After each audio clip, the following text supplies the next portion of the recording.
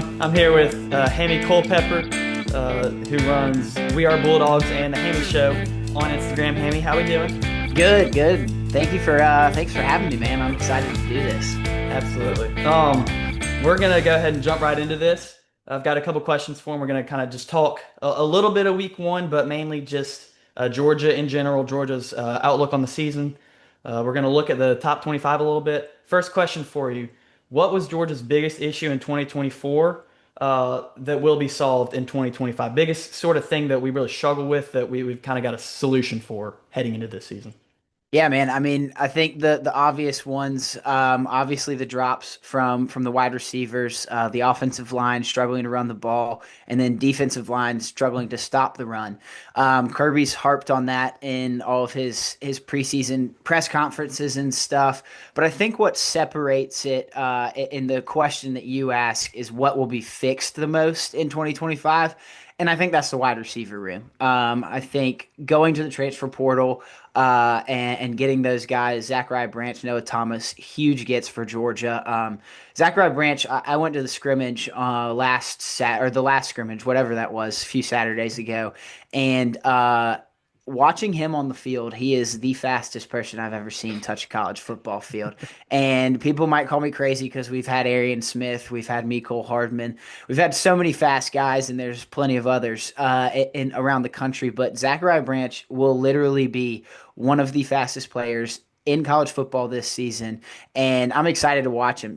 I think he perfectly fits into our system. Everybody's harping on Bobo and stuff like that, but they struggle with the screen passes and the dump passes and all that. Well, if you give Zachariah Branch the ball on a screen pass, he's getting 10 yards for you. A little 5 yard slant route. If he gets two steps ahead of his defender, it's bye bye. So I'm excited for him. Then Noah Thomas. I mean, he is a freak of nature. His fingers literally touch his knees when he walks around. He has got a huge catch radius.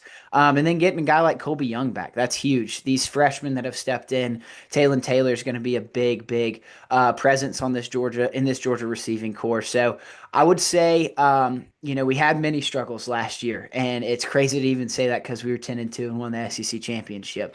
But among our standards, that's not what we want. We want more. We want the natty, and I do think the offensive line and defensive line will improve. I think the running backs will improve as well. But those wide receivers, what we did in the offseason, I think that's going to be the biggest step forward for Georgia. Couple notes there. I'm gonna throw some wrinkles at you. Yeah, Um, I heard that Kirby was speaking very highly the other day of that receiver room, and I mean I think it's very warranted. I think you get a guy like Zach Branch, who may not be exactly the same as Arian Smith, but I believe you can throw him in sort of the same ways, be like the eye candy for the defense. A lot of those hmm times you put Arian on a motion, you think you're going to toss it to him, you hand it off, big yards, or like that play against Georgia Tech in the second half where you get that toss sweep to Arian with blockers ahead. Zach Branch can be that sort of guy. So just excited to see what he can do yeah, from a playmaking ability. As you said, Noah Thomas as well has big of a frame as he has, and being as athletic as he has is pretty exciting to see for Georgia this year. Um, the other thing I kind of wanted to talk about Bobo because it's interesting. It's funny because it's very controversial. He's yeah, very polarizing, I would say. right, for Um, sure. but I was so critical of him after the end of last year, and like I put a bunch of slander on him. I'm gonna own that 100%. Um, but then the point you made about getting Colby Young back, it kind of that whole sort of thing makes me think a lot of what happened last year. Like there are some things you can get at Bobo for, like predictability. That was my biggest issue with Bobo. I thought a lot of stuff was pretty predictable, but I mean, it's kind of tough when you don't have your true wideouts. Right. Losing Robert Thomas before the season, losing Colby Young by week 5 or after the Auburn game, like that. Again, Bobo's not perfect, but losing those two is very tough to run an offense when you don't have a true wideout. It's also really tough when you lose the greatest tight end in the history of college football and Ladd McConkey the year before. It makes things a little tougher, Yeah, for but I mean, sure. just by a little bit. So I would throw that out there. But I am excited for what Georgia's offense can be, just because I do think we can game plan around Gunner a little bit more. I actually just spoke about that. I think we can game plan around Gunner. He's got good strengths, good, unique, and specific strengths that the offense can run around. I think hmm having a running quarterback really helps the running game so much. And I went over a clip last week of it was a run from Nate Frazier, but it was a read option, or it could have been a read option. and just he pulls four defenders with him. Gunner does, and it opens Yep. up a 15-20 yard lane for Frazier. So that's very exciting to see that for Georgia in 2025. Uh, Moving gears on this one, who is your biggest breakout player for Georgia in 2025 and why? Who is that guy for you? Yeah, so I'm gonna give you two, one on each side of the ball.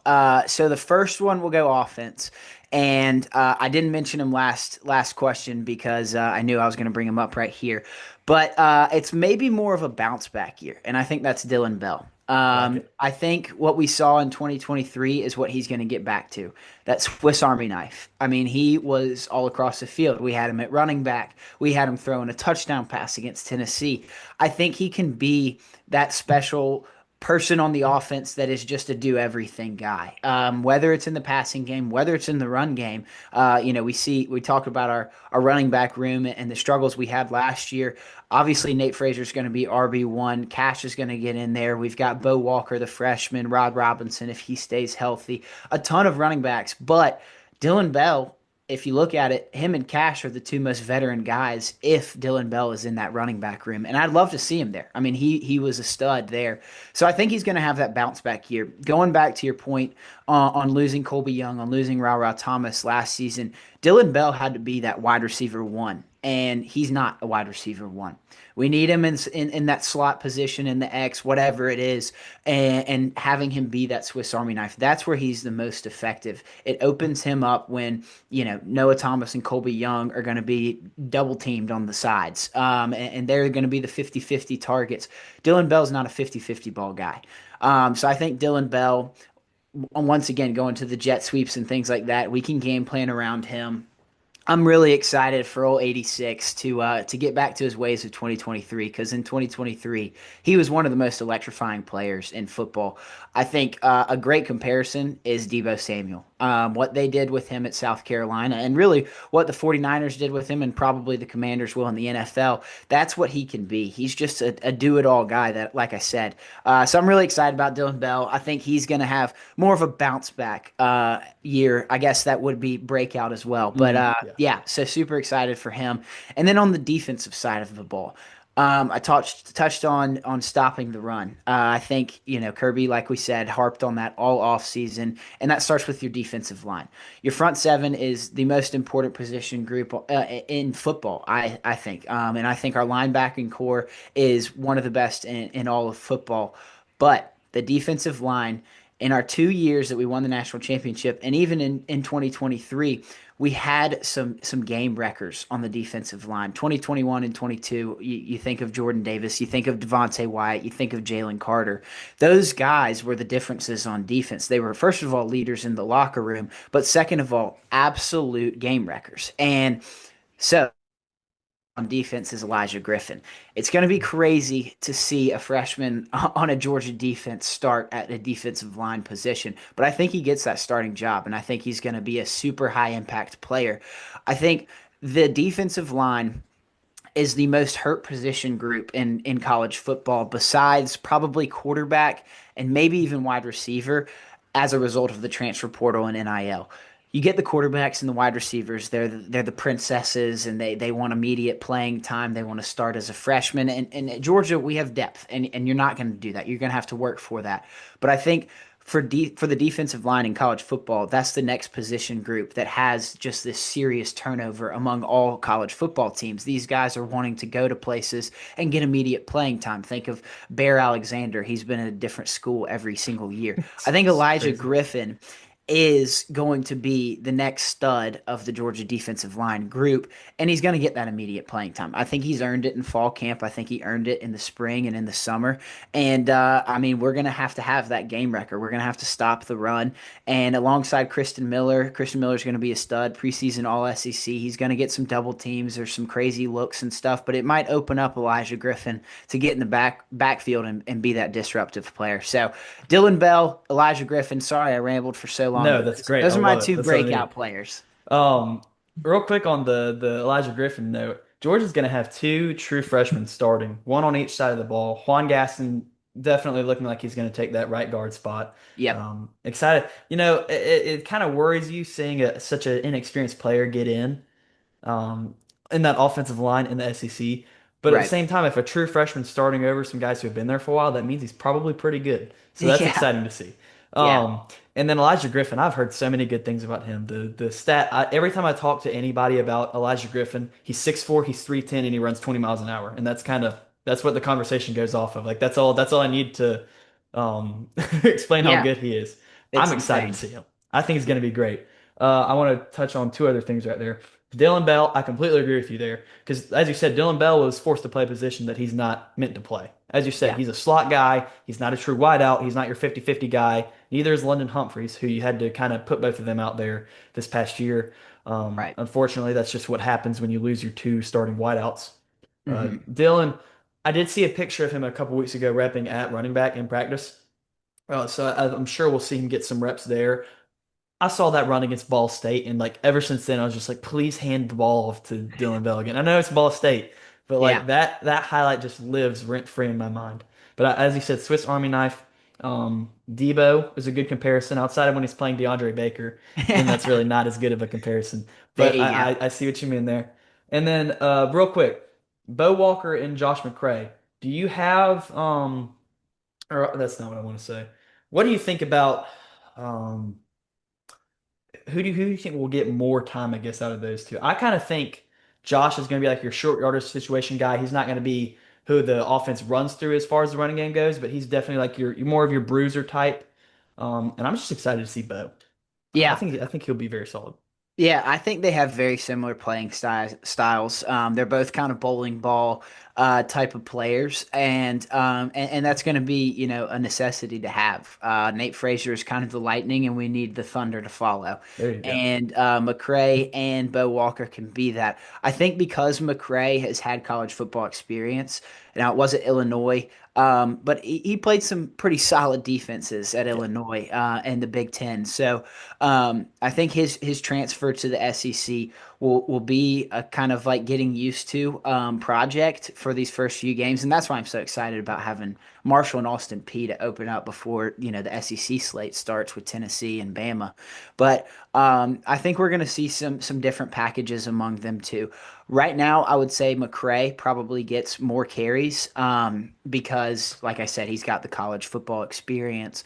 But I would not be surprised in these first two games to see Bo Walker kind of take over second halves if Georgia is controlling the game.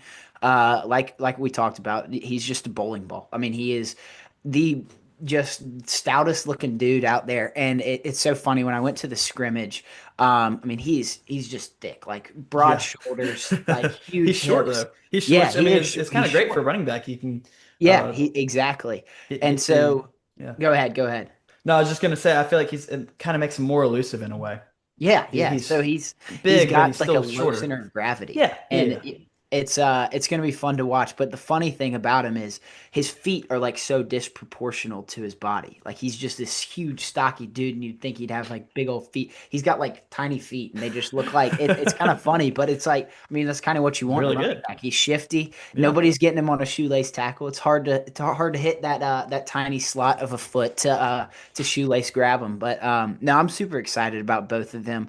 McCray's got to stay healthy, but Bo Walker, he's going to be a fun future guy to keep your eye on this Georgia team. absolutely. Great stuff there with the running back room. Kirby's talked very highly about that group, especially yesterday. He and Cash came out and just said how consistent the group is, how excited he is. Kirby said it's a great group. Yeah, Uh, quick answer on this one. Um, Go into a little depth if you want. I just want to move on to this other one. But yeah. is the offensive line an area of concern still for you? Do you think we have to worry about that as much as we were, or we've kind of sort of moved away from that as we've learned more in fall camp? So, yeah, the worries are still out there. Everybody's talking about, oh, you lose four starters. Oh, whatever. They were so bad last year. All right. Well, there's two things on this. First of all, um, if we were so bad last year on the offensive line and everybody's, hating on us, well, why would it be bad to lose those guys? Let's get in these guys that have been in the system. And the second point to that is these guys have been in the system. They are maybe not the four starters, the true starters that we had last season, but every one of those four starters was hurt at some point in 2024. So these guys come in and they've had some serious playing time. They even made a few starts in the 2024 season. I know Ernest Green has the most out of all of them, and he took a step back last year as opposed to 2023. I think Ernest Green is going to step back into that role of being kind of the leader on the offensive line. And then who I'm the most excited about is Micah Morris. Micah is the strongest dude on the team. He's an absolute beast. He is. I don't know if you saw this on my social accounts, but I asked him a question at a I press saw that. Yeah. conference, and his shoulders are out of the camera. Dude, Like, his traps are like up to here on me. It's yeah. unreal. Yeah, so he is the prototypical offensive lineman Yeah. you want to have, and we've had so many great offensive line groups between, I mean, all the way back to the beginning of Kirby's tenure, and kind of rebuilding that Great Wall of Georgia that Kirby has talked about, and even Sam Pittman when he was here, and I think Searles will take a step forward and be much more in tune with Bobo and get the offensive line figured out. Those guys are going to be some big studs, and they've got to step up to the job. But I'm not near as worried about it as I was in the spring. I would say I think fall camp has proven that these guys are ready. They're the four that are going to take it, and I think Gaston's probably going to be that fifth guy. And I'm excited about him. I think we can open up the run game and keep Gunner safe long enough to get some plays moving, and it's gonna be fun watching them though. Yeah, I do think you're right to be most excited about Micah Morris. I remember seeing him go into fullback for the first time in like 2023, and I was kind of like, I like this dude. I'm like, Yeah, I need to see more of him. So yeah, I'm very excited for him. I think the line overall is a pretty solid unit. We just don't know as much as we have in years prior. Definitely losing, and I agree with your point about losing those guys when we were so terrible at offensive line, but we're losing those guys. So yeah, why are we that upset? I mean, there were some yeah, good players on there, obviously, but I do think, um, lo how do I say this? Not rebuilding, but regrouping. yeah, We're like that sort of thing. Not always a yeah, bad thing. yeah. But no, that's great. What is your biggest? What kind of let's see. Yeah, we'll go ahead and do this one. What is your biggest hot take for Georgia for the season? So there's so much, and people are probably looking like I'm gonna drop some Heisman candidate or something. I don't think we're gonna have a Heisman candidate on this team, and I kind of love that about Georgia. We're kind of spreading the ball out. There's only one ball, and we want everybody to have it because we're confident in our athletes. So I'm not gonna give you a Heisman candidate or anything like that. What I will say is we will have an 1,000-yard receiver this year. Now I don't know who it will be. I can't pick out of all of the guys that we have because it is such a stacked room. But I think we have a 1,000-yard receiver, and it's like the first time in forever. I can't remember how many years, I but think it's just Terrence Edwards. Terrence Edwards yeah, is the only one. yeah. So I mean, it's been forever, and it's about time. So this goes all the way back to the offensive line, keeping Gunner safe for long enough to let him sit in the pocket and make the right throw. Everybody's worried about Gunner. He had a lot of stars next to his name for a reason when he came out of high school. He's no scrub. He's no walk on. He is a highly touted recruit that has waited his turn, has been in this system, and he's going to put the ball in the right place. We saw it in the SEC championship game. We saw it really in Notre Dame too. He didn't have a terrible, terrible game like everybody's talking about. And I think he's going to put the ball in the right spot. And I think we're going to get a wide receiver over 1,000 yards. If we really want to get hot takey, I'm going to say it's Colby Young. Colby Young is going to be our Ooh, 1,000-yard receiver this year. You know what? Let's just get crazy. Let's say Colby Young over 1,000 yards, and then we'll go over 8.5 touchdowns. I like it. I like it. I So, think Colby, you saw how much of how reliable of a target he became for Beck early on mhm. in the year. And I think if he had stayed in, if he hadn't had his troubles for the rest of the year, I mean, I think he could have put up some serious stats. Yeah, Um, I don't like being the guy that just picks the flashy, hyped up player just because. But like I yeah, do seriously think it could be Zach Branch. I think of yeah, all the guys in that room, just because I mean, just because he's so talented and so athletic. I yeah, think Noah Thomas also has a great chance just because of again the frame and the athleticism. This yeah, one is a little bit of a shift away from that whole topic, but it's important. It's kind of come out in the past week that the SEC is moving to a 9 game schedule, which means although we've already been doing this for so long, Georgia will play 3 opponents yearly, and the other 12 SEC teams will rotate year to year. So I think we can be pretty confident that Florida and Auburn will be two of them. I feel like it just has to be. Who's the yeah. third team? I know we're looking at Tennessee or South Carolina or Kentucky are the ones that people like to throw out there. I'll kind of break this into two parts. We'll do this real quick and then we'll go into top 25. Yeah. Who do you want it to be and who will it be? So who I want it to be is Tennessee. I think it's kind of fun being Georgia because you have a target on your back, especially now with Kirby at the helm. We've been, whatever game we walk into, it's the other team's Super Bowl, right? And before Kirby, even South Carolina always thought of us as like their second hated rival. Behind Clemson, like South Carolina hated us. Now, I hated South Carolina too. I hate anybody that's not Georgia. However, I think because of that whole dynamic, South Carolina really wants us. I don't really, I mean, yeah, I don't like them, but I would much rather play Tennessee every year. Both away venues, I'm thinking selfishly, both away venues are fun. But if we play South Carolina, it's most likely going to be in the beginning of the year. And going to Columbia in September, even early October, it is the hottest place in the world. And it is a concrete jungle of just asphalt and tall buildings, and it beats down in that stadium. So as a fan, I don't want to play South Carolina every other year in Columbia. But on the flip side, going to Neyland is a very tough place to play. Obviously, we've beaten them and we've handled them for the past 8 years now. I think it is. Like Neyland's scary, but we've kind of owned Tennessee. Now, I'm not trying to jinx us or anything like that, but I love going to Neyland. Like I love going to Neyland and being in that environment because being the away fan in some of those situations is honestly fun. Like you feed off of You're the the hate. villain. You're Yeah, the being villain. the It's villain is awesome. awesome. So I want it to be Tennessee. Who do I think it will be? I think it is going to be Tennessee. The only kind of caution I have going into that is um, does the SEC want it to be Tennessee? Tennessee's probably they're definitely going to get Bama because of the third Saturday in October. That's great TV. They're probably going to get Vandy because that's their rivalry week. And I mean, I feel like it should be us. I think the other one for them would probably be Kentucky, don't you Mm. think? Yeah. Well, I think it could be Kentucky. See, this is tough. I don't think it will be Tennessee just because, or I mean, it could. I don't know. If it's not Kentucky, it'll be Carolina. If it's not Yeah. Kentucky, it will be Carolina. Yeah. The tough thing is that you're right for sure on the other two. They've got to play Alabama. They've got to play Vandy. Hmm. Kentucky is a border state rivalry. I know those fans hate each other. They're both Yeah. very mid at football, but they both hate each other.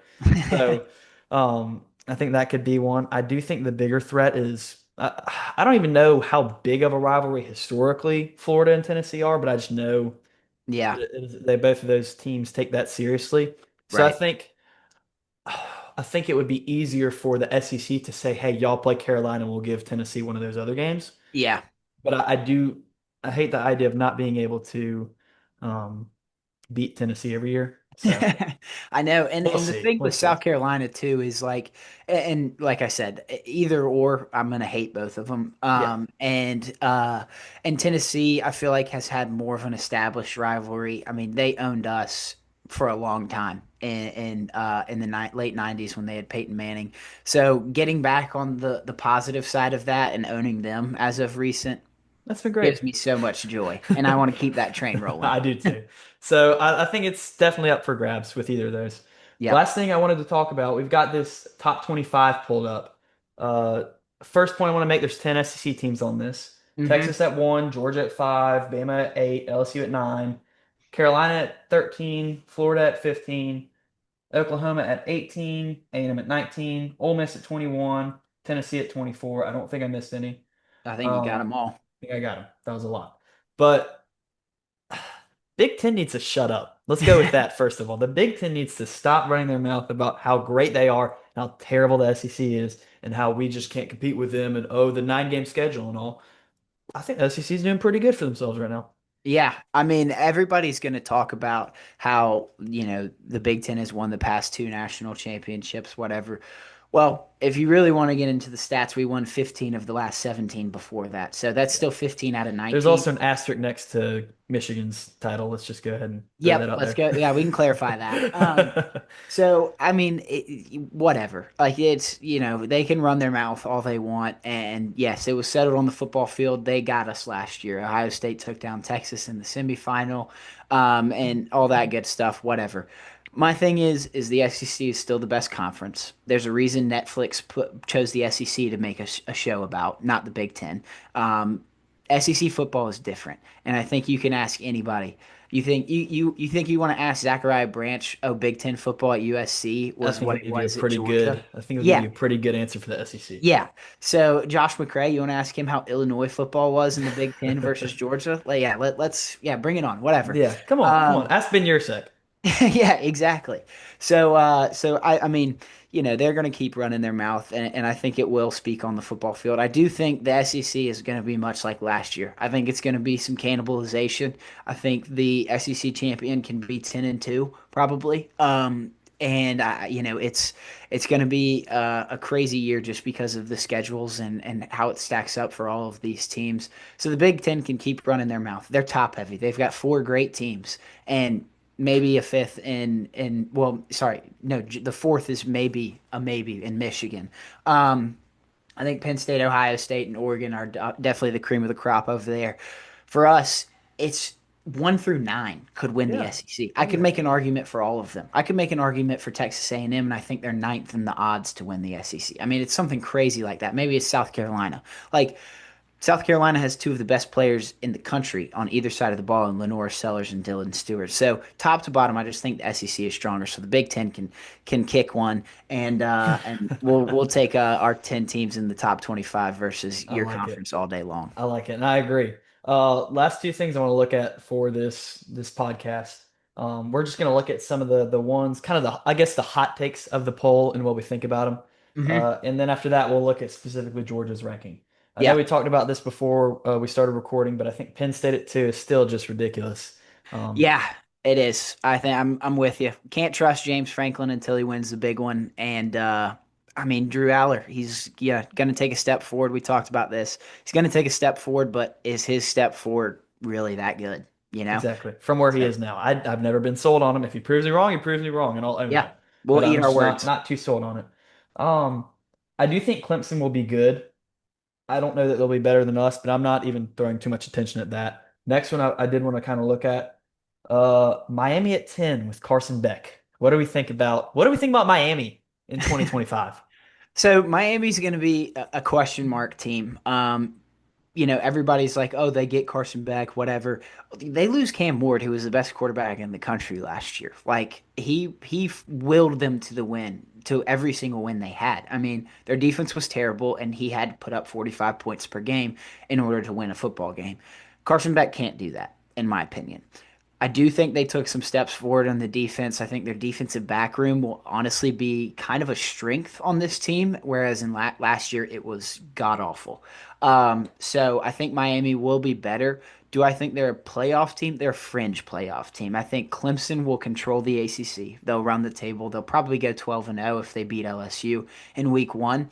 And I don't think Miami can compete with them. My pick for the ACC championship game is going to be Clemson versus Miami, but I think Miami has two, maybe even three losses in there, and then they play for the ACC championship and get skull drugged by Clemson, and they don't make the playoff. I can't trust Carson Beck. I didn't trust him here, and I think it's shown in fall camp. I don't know if you saw that picture that leaked, but it was like a jump ball, and there's three DBs on one I Miami think I did see receiver. that. How long ago was that? It was probably 2 weeks ago, Okay, and I may have seen that. Somebody tweeted out. I know a Carson Beck panic pick when he throws it into triple Florida coverage. game. So, yep, Oh man. exactly. Uh, I and this is an unpopular take. I think Miami will be good.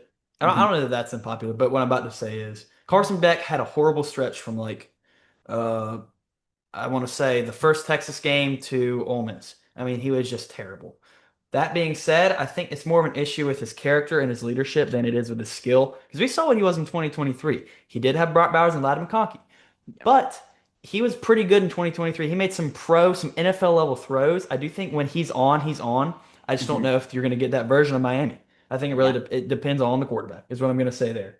Yeah. Um, but I do think they'll probably lose to Florida. I I think they'll agree. probably lose to Notre Dame. I think it'll be a close game, though. I could see that going either way. I'm not really Mhm. um, too concerned about that, I guess. Looking at the rest of this list, I don't think anything else is that crazy. Yeah. I The mean, only angst I have is Illinois at 12. yeah, okay, that's fair. I do think That's that's another a one little high. out of the Big Ten. Everybody's high on Illinois, and they're high on what they bring to the table. Altmaier back at quarterback, all that good stuff. I'm just not sold on Illinois. Like, yeah, they might be the next Indiana, but that was a fluke. Let's They're just be definitely a fluke. honest. Where's Like Indiana? that was, Indiana's at 20. Indiana's yeah. not going to go back to the top 12. It will not No, happen. no, they won't. I like Coach Sig. I like what he's done. Think it's a great move by Indiana to sign him long term, but I don't think there will be another Indiana this year. I think Illinois will have too tough of a schedule within the Big Ten. I think they play Ohio State and Oregon, if I'm not mistaken. So that's an automatic two losses. I just Definitely. don't Oh, see them yeah. in the playoff, but Yeah, I don't either. whatever. Um, this meeting's got about 2 minutes left, so I want to go ahead and wrap this up. Yeah. We're going to talk about Georgia real quick.